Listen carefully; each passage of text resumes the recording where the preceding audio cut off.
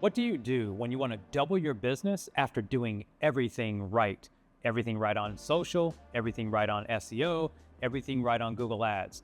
But now you're stuck and you want to go to the next level. That's what we're going to talk about in this video. Welcome to your Mind Shift. I'm your host, Daryl Evans. In this episode, I want to take you behind the scenes in a growth strategy diagnostic call with a fantastic business owner that I'm hoping is going to become a client of ours. So I'm not going to tell you who he is. I'm not going to tell you his industry. I'm just going to tell you his story because it's so encouraging to me that you can start a business in 2022 and in 2025, we could have the kind of conversation that this entrepreneur and I had. And we're super excited to have the opportunity to partner with him. And the funny thing about this conversation is he is doing so much right. And the good thing is we were able to see 3 or 4 things right out of the gate in that first 1-hour call. And we shared with him 5 big ideas so that if he never hires us, he's going to be just fine if he knows how to execute them. I'm going to share 3 of those with you right now. One of the challenges that a company has when they've grown extremely fast and they want to push the accelerator pedal even faster, and it seems like they're doing all the things right, is we put our 6-pillar framework over the business and we start looking for small tweaks, small adjustments. In many cases, it's not about doing more. It's about refining and filling a few gaps that because you're in the game every day, all day, you just can't see because you're in the frame and I get to be outside of the frame. First big idea. If you've got a company where you've done more than 1,000 or 2,000 customers, I want you to lean in right now because I guarantee you this is going to change the way you think about things. When you have a database of 1,000 plus customers, 1,000 to 2,000 or more customers, there are a couple of things that you should be doing right now. Step 1, you should be making sure that you are staying top of mind with each and every one of those customers. There's 2 ways we like to do that. The easy way that most people think about is through email. The problem is most people do email marketing to their past customer database and they keep talking to them about the thing that person already bought. I learned this 25 years ago when I was in the mortgage industry. I remember having a newsletter. Now, back then it wasn't an email, it was a direct mail newsletter. But what was funny was I got one phone call one day from one of my past customers, and I was continuing to send this newsletter about mortgage tips, about mortgage rates, and about stuff. And he'd already bought a home. So he just called me and said, Daryl, take me off your list. I already bought a house. I don't want to hear about this stuff anymore. Oh, imagine that. Duh. It was just obvious after he called me, but if he hadn't called me, I'd have never thought about it. So here's what we do. When you have 1,000 to 2,000 or more customers, you want to stay top of mind. Why? Because psychologists say that every person in your database knows a couple of hundred people.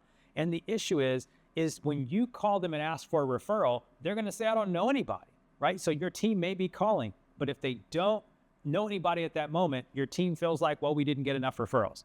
Here's what you do. You build a top of mind awareness campaign through your email sequence. And I'm not going to call out exactly what you should include in this sequence because we have templates and frameworks for all of this, but you put it on autopilot, right? There's a simple thing that I learned 25 or so years ago, well, maybe 23 years ago when I first got started with email. And that is look at every single holiday that happens in the calendar year. That's an easy touch point. See if you can get the birthdays of the house, the people in the house, the spouses, the children. Maybe you can do that. But there's enough ways to stay top of mind with that prospect without talking to them about your thing, right? They don't want to hear about your thing.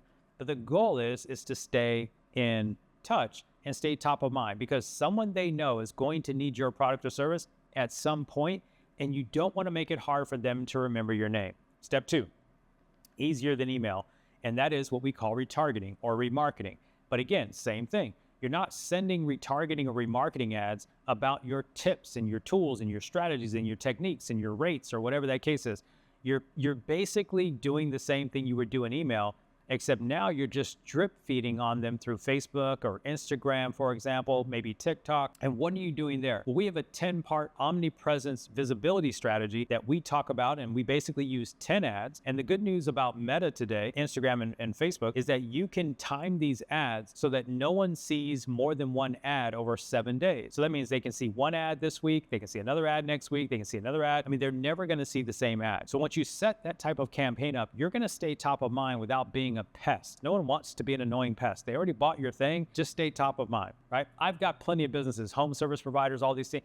The only time they call me is when they want me to buy something. The only time I get an email or a text message is when they want to sell me something. It's just frustrating. Don't be that. Okay, 2 ways. First thing, if you have 1,000 to 2,000 or more customers, you should be doing omnipresence remarketing on Meta, Facebook and Instagram primarily, and then you should be running your email top of mind strategy. That was strategy number 1 that we saw that was not happening in this particular business owner's mix. Strategy number 2 was an accelerant to his current SEO strategy.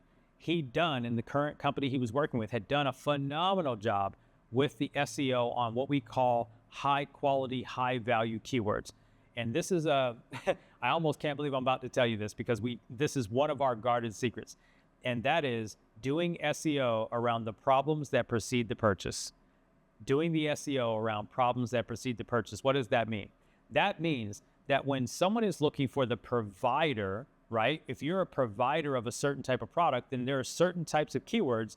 When someone's looking for you as a provider or your product, they'll type those words in. But here's the secret, and we've done this for a decade and a half now. We do optimization and SEO around the problem that precedes the search for the provider or the search for the product. I don't have time to get into it here. We talk about it in our agency and in our inner circle, but just think about what I'm saying. There are certain keywords, phrases, questions that are on people's minds if they are in the journey to buy your product or service. They are going to have those questions. They're going to make those searches before they ever search for you as a provider. And so that was an expanded area of SEO that he had not even began to think about. He'd not even begun to think about how to put that into his mix. And so that was going to be strategy number 2 that we talked about openly. It isn't easy to do. It takes some time. And of course, SEO is changing with Google AI mode and Google overviews, AI overviews. A lot's changing there. But let me be clear. Even if AI overviews and ChatGPT become the new Google, the only way you're going to get there is if you've built the content that they're going to learn on. So you might as well build the content so that it's your content that people find, and that means they're going to find your brand. Strategy number 1, working on that past customer database, 1 to 2,000 customers or more. Strategy number 2, expanding SEO into the problems that precede the purchase, a unique model that we built many, many years ago. It really works well, even if you're just getting started, whether you're a seasoned or not. Strategy number 3 is something you've probably heard me talk on the podcast before. If not, I've got plenty of videos here going deep into it. We talk about it in our circle. We use it in our strategy in the top of the funnel in our agency, every single client that comes into our world. And that's our signature $1 a day strategy. We're also going to use the asset of those 1 to 2,000 or more customers. And we're now going to go into Meta and we're going to start to run a lookalike campaign around the most ideal prospect for his business. The reason I like lookalike campaigns still to this day, even though they are less effective in many cases, depending on your audience size, but when you have a list of buyers, purchasers who've exchanged dollars for their service or their product with you, that shows a certain type of behavior that we used to be able to target with Meta ads or LinkedIn ads, that kind of thing. But when you give Meta a group of buyers and they can match that audience, they can then go find new buyers. It's called a lookalike audience. And the reason I don't like lookalike audiences for your generic lead list or your generic email list or your newsletter list is we're really not trying to get more newsletter subscribers or more leads that haven't converted yet. But once you build up a pool of 1,000 plus buyers, I feel comfortable now where we can now start going to expand our market where we're running ads. By the way, this brand was not running ads at all on social. This is a place where it was just something that was obvious that you've got 1,000 to 2,000 or more buyers, and we can ask Meta to go find more people that look like that existing customer database. It doesn't mean they're going to need you today, but in the demographic pool and the behavior pool, it's going to start matching your brand up so that you can get in front of those people who might need your service or product in the future. So there were 5 ideas that we had in this particular strategy call. I'm sharing with you 3 of them right here so that you can think about where to take your business. If you're doing it all right and you still want to go to the next level, let me tell you, you've not scratched the surface on those things that are sitting right in front of you, but maybe not in plain sight. And that's what we like to find in our digital diagnostic process, which we do for free at our agency, by the way. If you've got a use case and a growth you're feeling kind of stuck, then reach out to us with our agency link down below. We'd be happy to have a conversation with you, provide you some clarity, provide you a roadmap, and show you what it looks like if you would like our help doing that. You don't have to. That's not a sales call. Or if you want to learn more about our models, our problem that precedes the pain model, our lean growth method, our retargeting method, our dollar a day strategy, you can find all of that out in our Mind Shift Inner Circle, which is a place where we gather every single week to teach our strategies, our systems, and our processes and playbooks, if you will, to business owners who are doing their own marketing and want to get sharper in today's AI digital marketing world. So if you stuck around with me this long, hopefully you got some value. Hope you got 3 ideas. Again, if you've got a long history of having customers and you want to go to the next level, take these 3 ideas, sit back, figure out how to implement them in your business. And if you need some help, feel free to reach out. Thanks for spending some time with me today here on the Mind Shift Podcast. Click the like, click the follow, leave a comment. If you got a question, I'm happy to answer it. And I'll see you on another episode of the Mind Shift Podcast. Take care.